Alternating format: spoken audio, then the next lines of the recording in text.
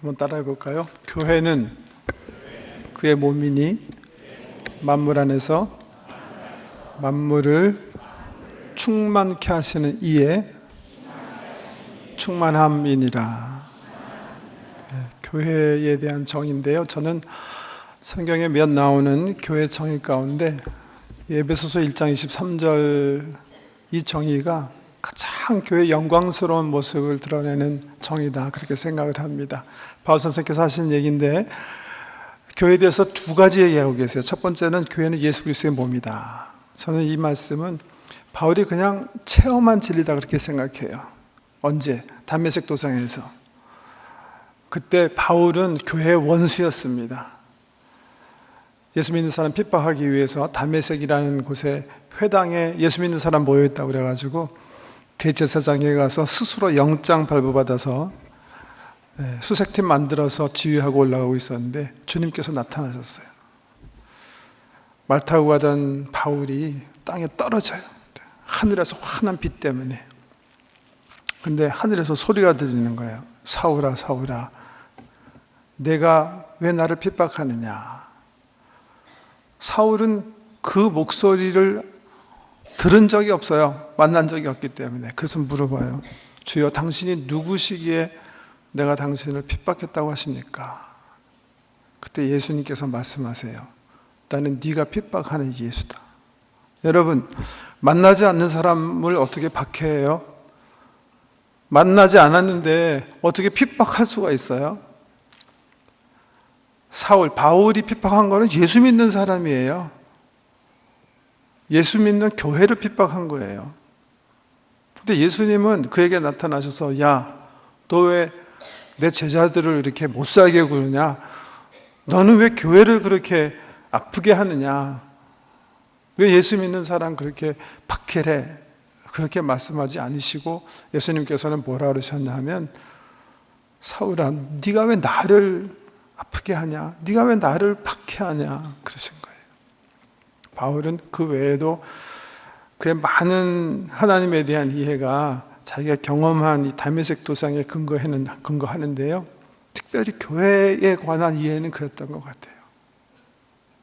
나는 이 믿는 사람 괴롭혔는데 우리 예수님은 그 아픔을 당신이 다 받고 계셨구나.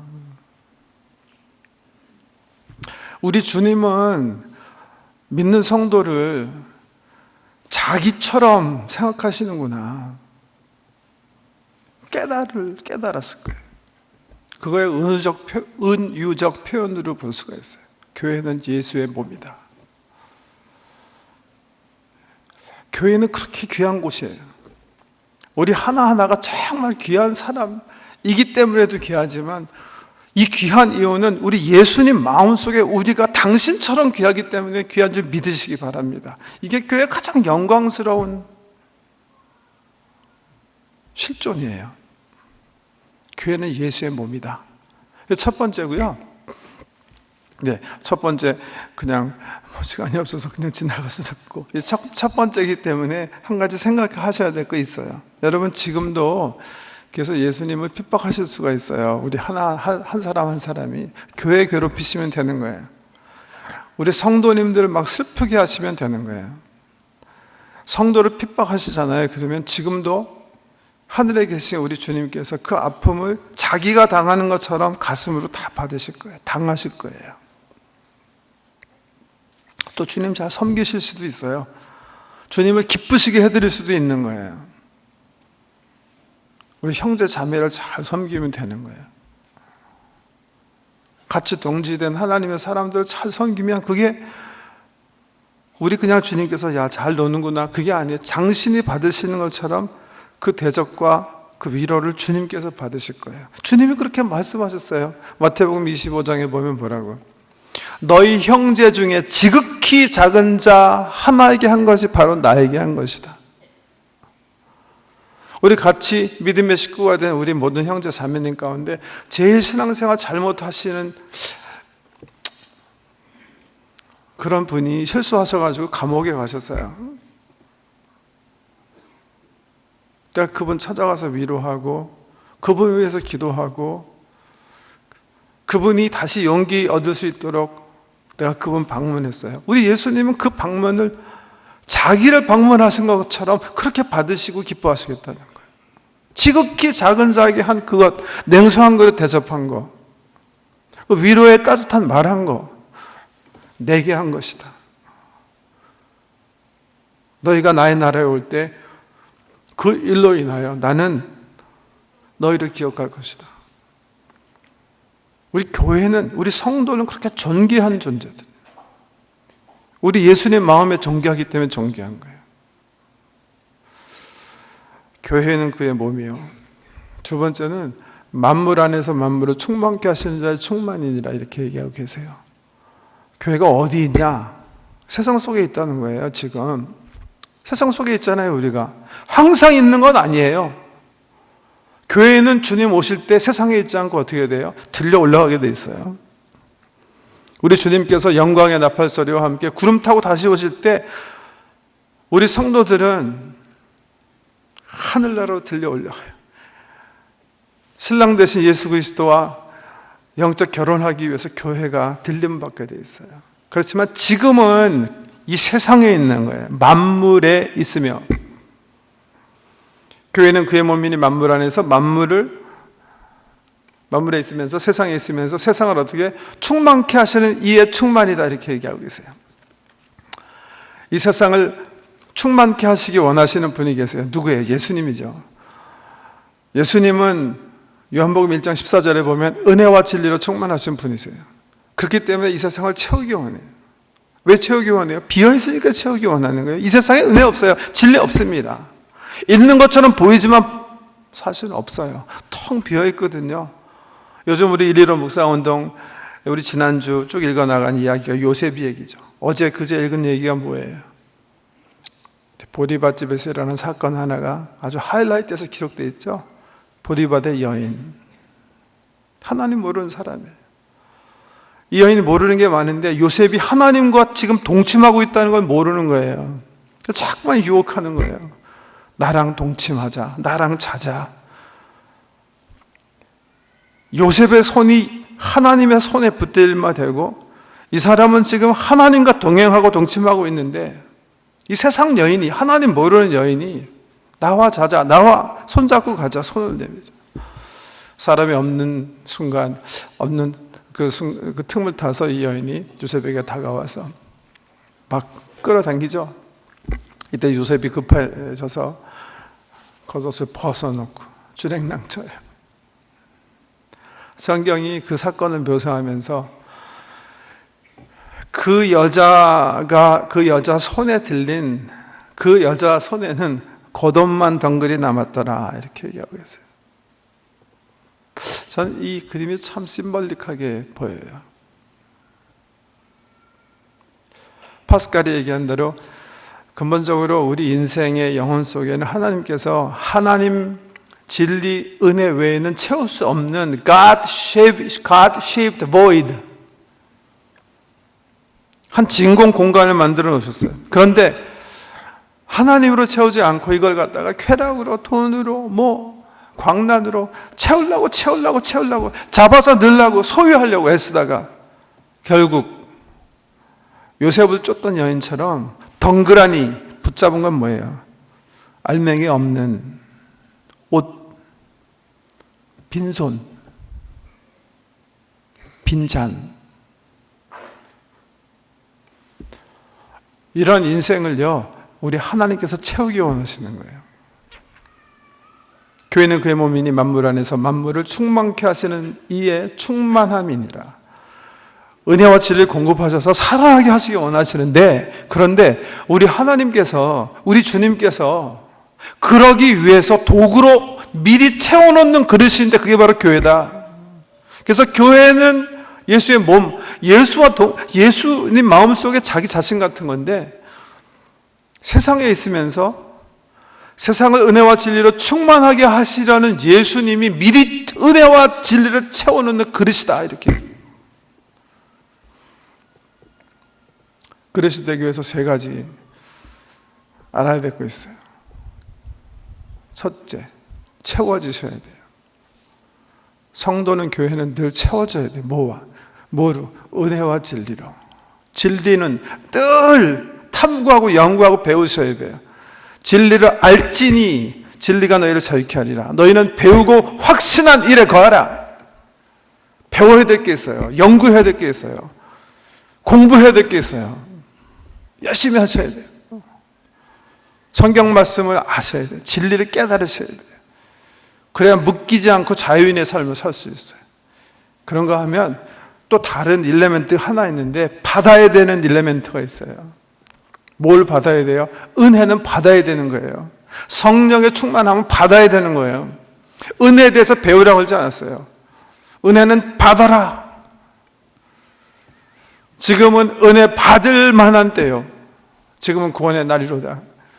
치유하심을 받아라. 성령의 충만함을 받아라. 사모하셔야 돼요. 말씀의 현장, 은혜의 현장에 나와서 주께서 은혜 주심을 사모하면서 갈망하면서 주님께 나아가는 거예요.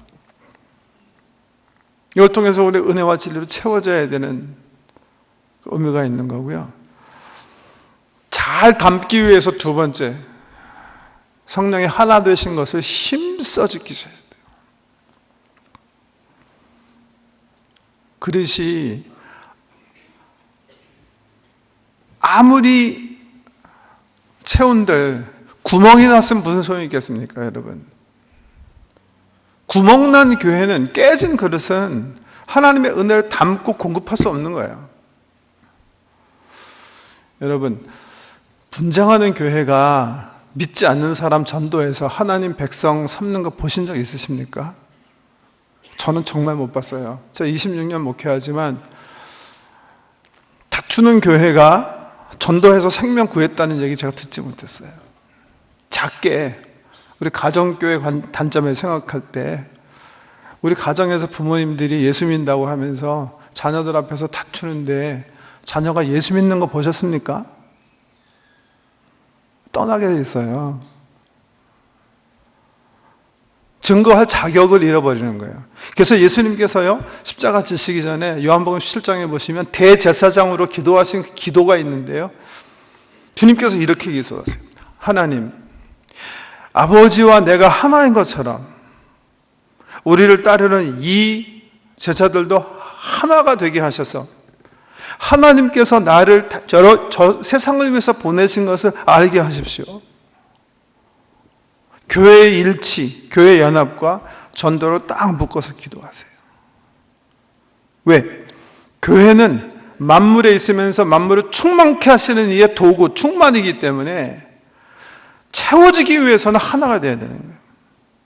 나중에 우리 에베소 4장 공부하면서 보겠지만, 성령이 하게 하나 되게 하신 것을 겸손, 온유, 오래 참음, 서로 용납함으로 힘써 지키라고 명령하고 있습니다. 세 번째는요, 받은 은혜를 어떻게 해야 돼요? 채워줬어요. 그럼 우리만 좋으면 좋은 거예요? 아니에요. 하나님께서 교회로 우리를 회집하신 이유는 뭐예요? 텅 빈 세상을 하나님의 은혜와 진리로 채우기 위해서 채워주신 거예요. 그러니까 어떻게 해야 돼요? 텅 빈 세상을 향해서 아낌없이, 우리 하나님께서 예수 그리스도로 조건 없이, 대가 없이 그냥 순수하게 주신 것처럼 그 거룩한 사랑으로 세상을 섬기는 거예요.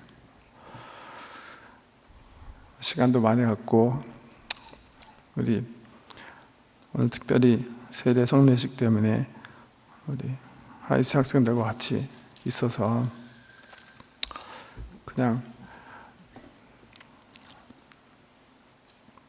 예화 하나로 설교 마치겠습니다. 북미에서 꽤 잘 알려진 목사님 가운데 토니 캠펄로라는 목사님 계세요.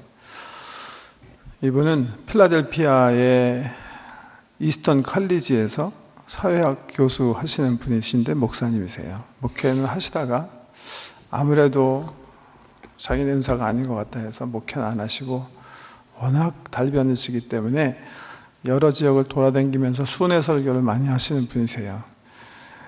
우리 교회 학생들이 참석한 청년 미링하우스 집회도 한번 오신 걸로 알고, 또 피플스 처치에 자주 오시는 목사님이신데 그분이 오래전에 하와이에 집회 인도하러 갔다가 밤낮 시간이 안 맞아서 새벽에 잠을 깨셨대요. 억지로 잠 붙이려 하시다가 그럴 바에는 나가서 산책하고 피곤하게 만들고 자는 게 낫겠다 그래서 새벽에 호놀룰루 거리를 걷게 되셨다는데 그러다가 추워서 티를 먹기 위해서 식당에 들어갔대요. 식당에서 티를 주문해서 흡작거리며 마시는 중 이렇게 보니까 그 식당에는 자기 외에는 한 그룹의 여자분들이 와서 커피를 잡수시는데 보니까 길거리에서 몸을 팔면서 연명하시는 분들이셨대요. 근데 티를 마시다가 본의 아니게 그분들이 서로 얘기하는 얘기를 그냥 듣게 된 거예요. 근데 그 중에 한 분의 이야기가 목사님 귀에 딱 접수가 됐는데 그게 뭐였냐면 에그너스라는 여인의 이야기예요. 이분이 옆 테이블에서 자기네끼리 이렇게 얘기하더래요. 내일 나 생일이다. 그렇지만 젠장 생일이면 뭐하냐? 니네가 생일 세워줄 것도 아니고 내가 여태까지 살면서 한 번도 생일 센 적이 없는데 그런 얘기를 목사님이 이렇게 우연히 듣게 되셨는데 잠시 후에 여인들이 이제 식당 문을 빠져나가고 목사님이 그 말이 자기 남아있으니까 좀 생각하시다가 갑자기 그런 감동이 오더래요. 내가 저 여자가 일평생 한 번도 해보지 못한 생일 파티를 해봐야 되겠다. 해줘야 되겠다. 그렇게 생각이 돼서 그 식당 주인, 전혀 모르는 사람이지만 가서 얘기를 했대요. 내가 내일 그 좀 아까 나간 여행 가운데 에그너스라는 여자 생일 파티를 해주고 싶은데 당신의 식당을 빌려주시오. 그 사람이 펄펄 뛰면서 무슨 헛소리 하냐고 하다가 이 사람이 진지하게 얘기하니까 목사님이 그러기로 했대요. 그래서 목사님이 집회 그 다음날 저녁 집회 하시고 낮에 준비한 것들 가지고 식당에 가서 새벽에 이제 색종이도 붙이고 해피 버스데이도 붙이고 풍선도 몇 개 부르고 그렇게 해놓으시고 또 식당 주인에게 얘기해서 새벽 3시쯤에 에그너스의 친구들 주로 이제 길거리에서 일하시는 그런 분들 이렇게 오시도록 그렇게 해놓고 그리고 에그너스가 지금 무슨 일이 일어날지 모르니까 이제 서프라이즈 해피 버스데이 파티에 오도록 이렇게 다 이렇게 준비해 놓은 거예요. 3시 30분에 예정대로 에그너스가 식당 문에 이렇게 딱 열고 들어오니까 숨어있던 친구들이 갑자기 불을 켜면서 서프라이즈 에그너스 해피 버스데이 투 유 뿌뿌 불고 근데 에그너스는 이렇게 식당 문 열고 들어와가지고요 앞에서 벌어진 일이 너무나 충격적이라 도무지 떨리고 기가 막혀서 움직이지 못하는 거예요. 친구들이 좋아하면서 막 해피 버스데이 투 유 노래를 부르고 한 번 노래를 부르는데 갑자기 에그너스가 울기 시작하는 거예요. 친구들이 보고 계면 적으니까 한 번 더 부르고 또 아무래도 3번째 부르는 게 좋겠다 해서 부르다가 그냥 침묵하게 됐다는데요. 잠시 정적 후에 토니 목사님께서 일어나서 그렇게 제안하셨대요. 제가 이 에그너스를 위해서 좀 기도해도 좋을까요? 그리고 기도를 하셨대요. 이 여인이 하나님 은혜로 지금까지 왔는데 하나님 은혜로 멋진 삶을 살도록 인도해 달라고. 그래서 기도를 마치셨는데 기도를 마친 후에 옆에 있던 식당 주인 이름이 해리인데요. 해리가 그러더래요. 당신 목사였어? 당신 목사인 것 같은데 왜 나한테 목사라고 하지 않았어? 당신 도무지 어느 교회 목사요? 이 목사님은 목회 하시다가 간두시고 이제 가르치시는 분이니까 그냥 즉흥적으로 그렇게 대답을 했대요. 나는 새벽 3시 30분에 길거리에서 몸 파는 여자들을 위해서 파티해주는 교회 목사예요. 그 말 듣고 해리가요, 짐짓 놀라는 표정을 짓더니 다시 금방 창밖을 보면서 냉소하는 얼굴로 그렇게 얘기하더래요. 거짓말하지 마시오. 그런 교회는 없소. 그런 교회가 있었더라면 나도 그 교회의 교인이 되었을 것이요.